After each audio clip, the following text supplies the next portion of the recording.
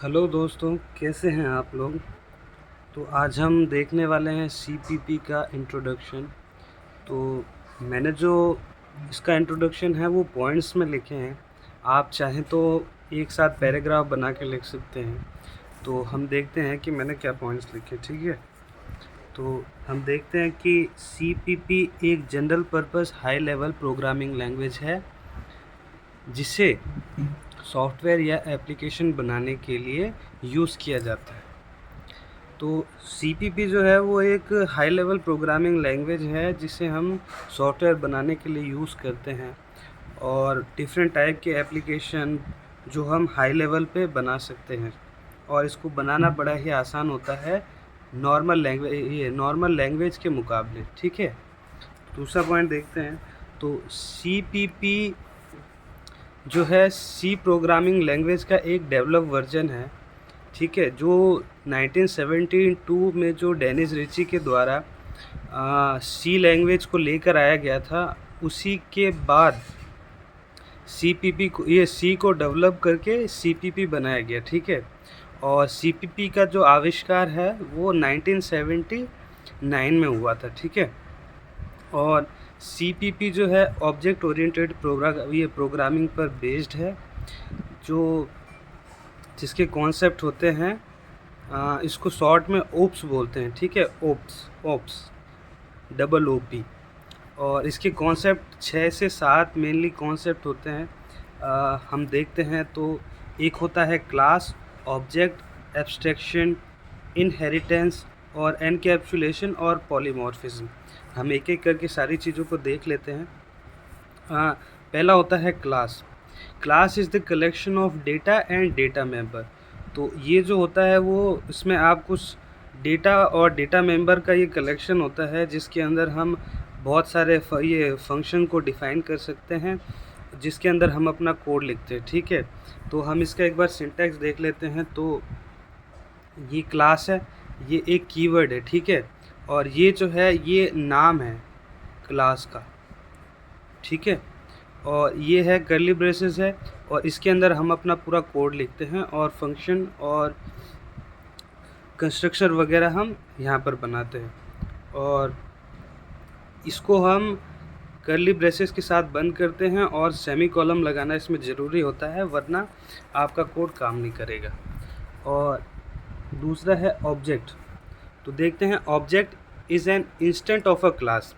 ये जो होता है वो क्लास का एक पार्ट होता है जिससे हम क्लास को कॉल करने के लिए या क्लास की जो भी फंक्शनैलिटी होती है उसको अचीव करने के लिए हम ऑब्जेक्ट की मदद लेते हैं। और ऑब्जेक्ट के बिना हम क्लास को कॉल नहीं कर सकते या उसकी जो फंक्शनैलिटी होती है उसको अचीव नहीं कर सकते, ठीक है।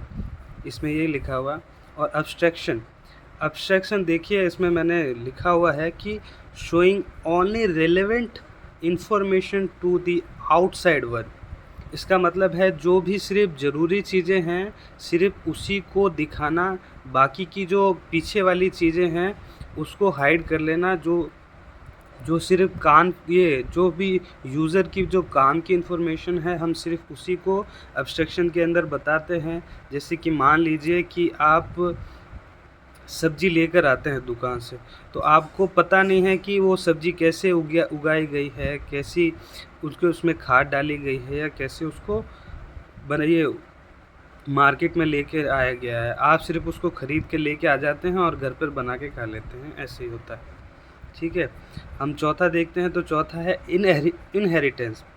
जब एक क्लास दूसरे क्लास की प्रॉपर्टीज़ को एक्सेस करता है तो उसे उस क्लास को इनहेरिट करना बोला जाता है और इस प्रोसेस को इनहेरिटेंस कहते हैं। इसका मतलब है जैसे कि आपके पापा में आपकी जो पापा की प्रॉपर्टी है, मान लीजिए कि वो जब आप बड़े हो जाएंगे तो आपकी पापा की प्रॉपर्टी आपको मिल जाएगी, ठीक है। आपको इसको आप अपने पापा की प्रॉपर्टी इनहेरिट करना बोलेंगे। तो इसी तरह से हम सी प्रोग्रामिंग लैंग्वेज के अंदर जो मल्टीपल क्लास जब डिराइव करते हैं उसमें हमको दूसरे क्लास की प्रॉपर्टीज़ कई बार ये बार बार डिफ़ाइन ना करें, इसके लिए हम दूसरे क्लास की प्रॉपर्टीज़ को एक्सेस करते हैं और इसीलिए हम इनहेरिटेंस का यूज़ करते हैं। Encapsulation, wrapping of data and function into single unit called encapsulation। इसका मतलब है कि जब डेटा और फंक्शन को हम एक ही यूनिट के अंदर बांध देते हैं तो उसे हम एनकैप्सुलेशन बोलते हैं। एनकैप्सुलेशन से आप जब भी कभी एनकैप्सुलेशन के वर्ड आया तो आप सीधा क्लास के बारे में सोचिए, ठीक है। क्लास जो है ये एक परफेक्ट एग्जाम्पल है एनकैप्सुलेशन का, ठीक है। हम देखते हैं polymorphism, ability of a message to be display in more than one form. इसका मतलब है कि जब हम जब कोई ऑब्जेक्ट बनाते हैं तब मल्टीपल क्लासेस होती है और उसके अंदर बहुत सारे कोड्स होते हैं और जो कोड्स कई बार सेम टाइप के होते हैं। तो हम जब ऑब्जेक्ट को बताते हैं ना कि मतलब वहाँ पर जाना है तो वो सिर्फ अलग अलग तरह से उनके ये डिफरेंट क्लासों के पास जाता है, ठीक है। तो उसको हम बोलते हैं पॉलीमॉर्फिज्म। जैसे कि आपने ये मेम भी कई बार चला था कि जो आपने धूम 2 देखी होगी तो उसमें जो ऋतिक रोशन है वो अपना बार बार हुलिया बदलता है एक सीन के दौरान। तो उससे हम पॉलीमॉर्फिज्म का एग्जांपल ले सकते हैं कि जब एक मतलब ability of a message to be display in more than one form is called polymorphism, ठीक है। तो आज के लिए इतना ही।